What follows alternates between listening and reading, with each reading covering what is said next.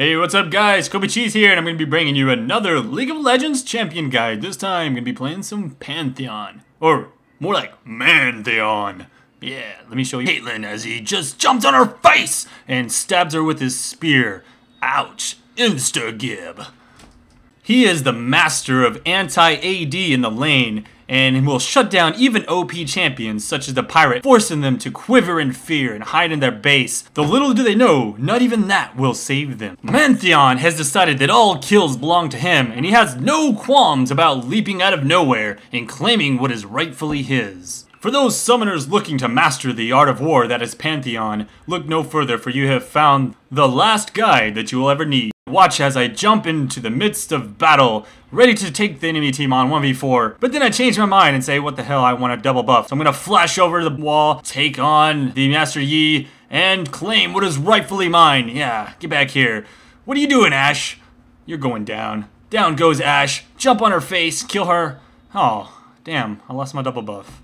Anyways, guys, let's jump into the spells on Pantheon, and I can show you what's up.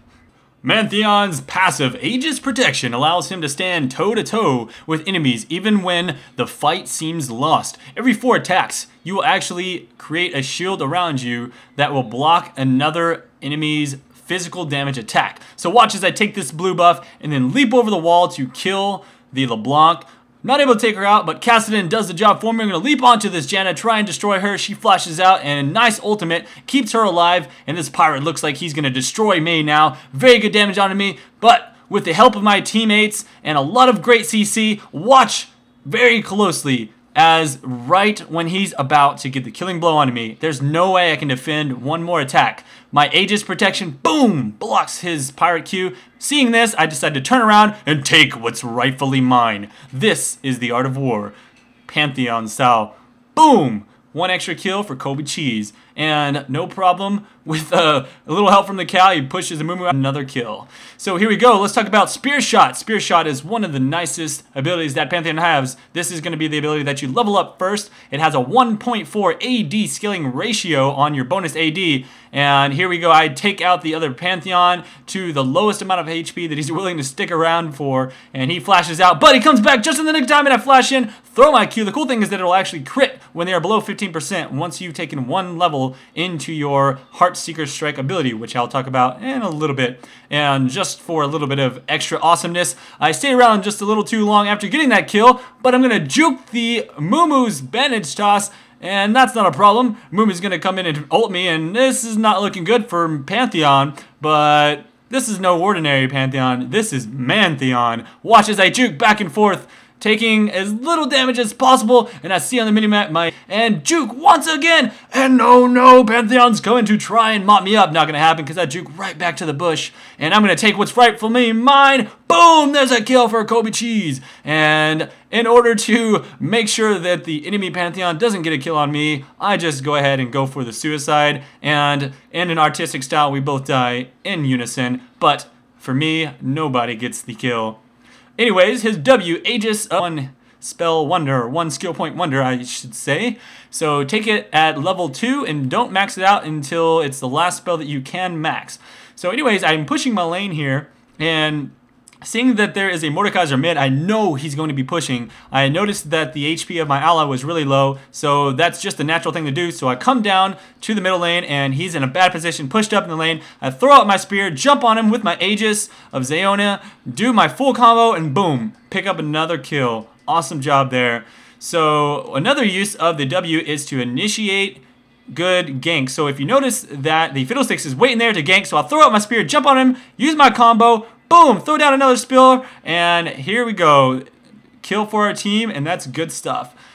Alright, so this is a good time to talk about the combo on Pantheon. At level 4, once you pick up Heartseeker Strike, you'll actually be able to do the full combo. So what you want to do is throw your spear first, and then leap to them with your W, and then you want to auto attack once, and then hit your E, which is your Heartseeker Strike, and then you want to auto attack one more time, and then your spear should be up, so hit your spear after that auto attack, and just continue attacking after that, and that full combo will do the max amount of damage in the least amount of time. And there you go, you can watch it in full speed. We destroy this Anivia with little to no effort at all. Anyways, your final ability is Grand Skyfall, otherwise known as Mandrop, if you're Mantheon. And basically, you gather up your strength, and it takes about, I think, around 5 seconds total, and you can... And it has a little bit of a charge up time, so you're going to have to kind of time it. Anyhow, I'm in the lane here against this pirate, and I'm going to jump in there. I flash in to try and do a little bit of damage. Unfortunately, not just enough yet. So seeing that he runs away, I'm hoping that he will stand at his tower and try and B. So I do my ultimate, and he has no time to respond. Boom! Balls to the face. You're dead, son. So that is how you do some Mantheon action right there. I used my ultimate. That was a quick decision. It's not always the best and it's not always going to work, but in this case it did. So here we go. I'm actually mousing over Grand Skyfall to see when I'm in range. Right when I'm in range, I'm going to pop my Grand Skyfall, noticing that this Monkey King is just low enough that I can catch him. He did not have enough time to respond. If you're able to get that Grand Skyfall just right around the center of them, it will go off before they can get out of the range of it, and you'll be able to destroy them. Here we go, and in this clip here, I just got done fighting, and I noticed that my team was going to be pushing this tower. In order to cut off the enemy from stopping them, I decided to do Grand Skyfall right in the back. Boom, jumping on the Ashe, getting a kill for our team. But see, Katarina's in trouble, so I have to make the decision to try and save her. Put out an ultimate. I could have probably stayed there and got that kill, no problem, but no big deal. Looks like Amumu's there to mop things up. Good stuff. All right, one thing to talk about with Mantheon with my ultimate so that I can kill her. Now watch where I put the ultimate down. She's actually going to be, from where she is now, she can get all the way up to that bush before my ultimate lands. So I needed to put my ultimate a little bit farther. I didn't place it far enough. Okay, so let's watch. As I do my ultimate, boom, you see by the time I land, she's already in the bush. So you need to try and leave that by that amount. The best way to describe it is that it's a full length. So in this kill, I do actually end up getting the kill because I get Janna slowed from Kassadin's help. Unfortunately, that's the only thing I'm gonna be able to do, because here's a really nice ultimate by the enemy Nanya Shika, and she kills me. So that Tristana playing very good job there, but I don't care. Pantheon got a kill, and you know, that's good stuff. So a little bit more about the length on the ultimate. I'm gonna show you the minimap, and look here. Just take a look at this. The little dot in the center is where an enemy champion would be, and they could run pretty much to the edge of that circle anywhere. It's a full screen length or across the river. So if you're going to place your ultimate, try and keep that in mind. That's Quints and Reds. And for armor, I'll take just flat armor yellows, and then I'll take 4.5. That's 3 flat magic resist runes, and then I'll take the rest magic resist at level 18. So you've got about 31 armor pen at level 1 with your masteries. So let's go ahead and talk about the masteries that I pick up. With masteries, I do 21, 6. What I'll do instead is I'll go all the way down just far enough to get the last point into the offense tree. I'll take armor and magic resist. You want to be as tanky as possible. And then reduced death timer, because I am kind of a boss and I like to jump into the enemy team and kill myself a lot. Early game on Pantheon is pretty important because you really need to make sure you can get your farm up and hopefully get fed. Pantheon without a good early game is not going to be good for your team. It's a lot harder to get your farm in later on as the game goes on if you're not able to get the items that you need. When you go to the lane, generally you will take top lane, as that is the best for you, unless you can lane with someone like Soraka or Sona down bottom, and potentially like a Taric or an Alistar. That works as well. If you lane with a Sona or Soraka, you could actually pick up a Doran's Blade for the bottom lane, and that works out really well. If you're laning against someone difficult like Jax, try and ask for an early gank and you'll easily win your lane. Here we go. I had Nunu come up and I tried to debate out Jax. I thought that I was going to take too much damage. I'm going to be laning against the Cho'Gath. There's no possible way I can do damage to him by shooting my spears. So I saved my spears for last. And although I am slowed, I'm going to go for the kill anyways. I know I can attack him with a spear and %. Here we go. In this lane, there's absolutely no chance we're going to win it. Renekton got a piece of armor and 5 health potions, so I can't poke him down, and he also heals with one of his abilities. In addition to that, our Nocturne refused to actually come up and gank the lane, so I'm actually going to be forced to do my best to survive, which it's not going to work. The best thing I can do is just stay away from the guy and try and avoid his stuns and get as much last hits as possible. He's probably going to continue pushing my lane, as he does have that AoE capability, and I'm just gonna have to try and not take that. Unfortunately, as you see there, I do take a lot of damage, so what I do is instead I actually pick up a Wriggles as my first item, and I go for red. As soon as I do that, I go in for a kill on him. He's already got a double kill off of us earlier, so he thinks he's gonna be stronger. But as you can see, I'd already took him down to about half HP, and I'm pretty sure I can take him out. Now that I've got Ignite ready with this red buff, I'm gonna go for the kill. I throw one more spear, and I'm just waiting for it. Leveled up to 10, so I'm pretty sure I can take him on at this point. I'm gonna go ahead and throw one spear, jump on him, do the full combo, put my Ignite on him so he cannot heal. He does his ultimate, and he puts an exhaust on me, so it's actually is looking nice, and I'm able to take him out, and that kind of evens things out.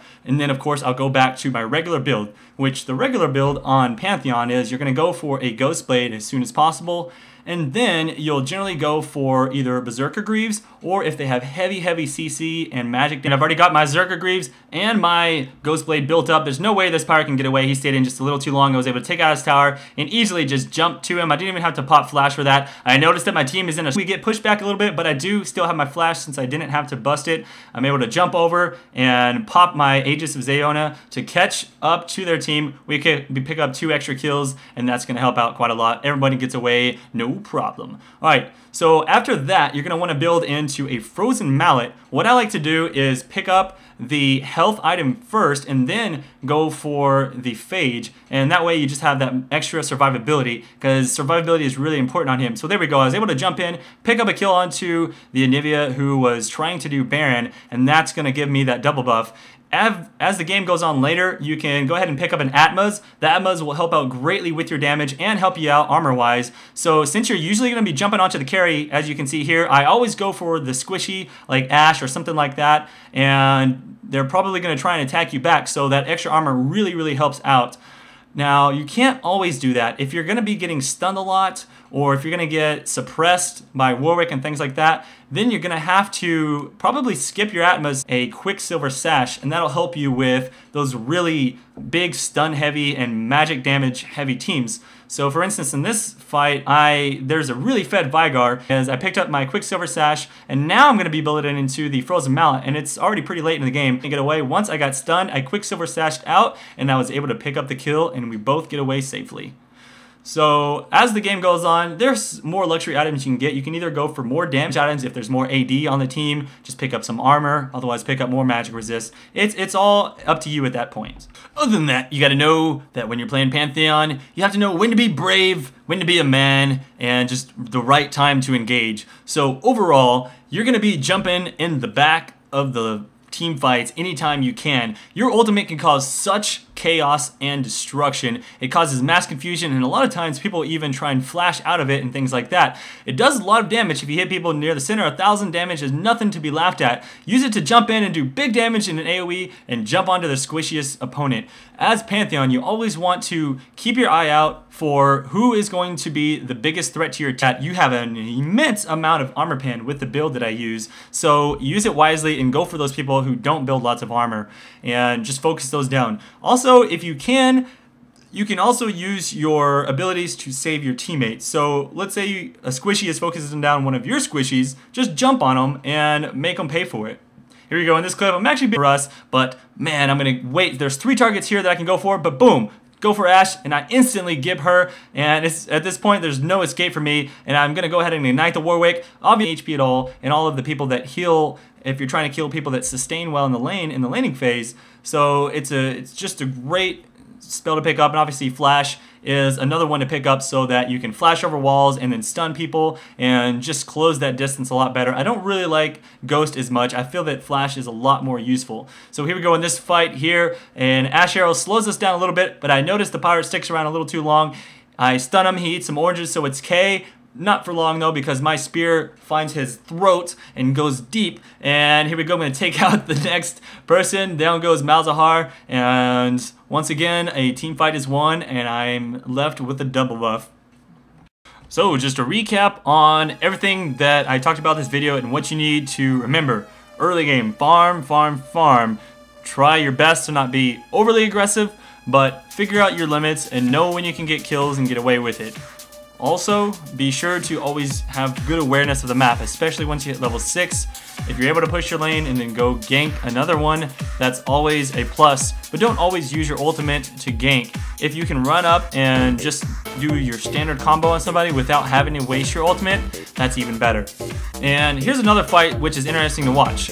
This will show you like kind of how I'm really low health, and most people probably try and run at this point, but I decided to stay and fight. The reason for this is because I know I have my passive, and if you look there, I was able to actually block some of his auto attacks, which made me stay alive, and I was able to pick up those 2 kills on them, and that worked out great. There's some lanes you go try and get fed off of other idiot people on the enemy team. I've already ganked more than another kill.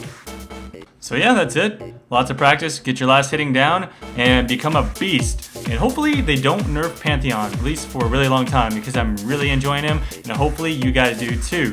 If you guys enjoyed this video, make sure that you subscribe and give me that thumbs up, or Pantheon will be leaping on your face. You wouldn't want that, would you? Or maybe you would, I don't know. Well, either way, hit that thumbs up, and I'll see you guys around for the next one, guys. This is Kobe Cheese, peace out, and stick around for a few more cool kills from Pantheon. I mean, Pantheon.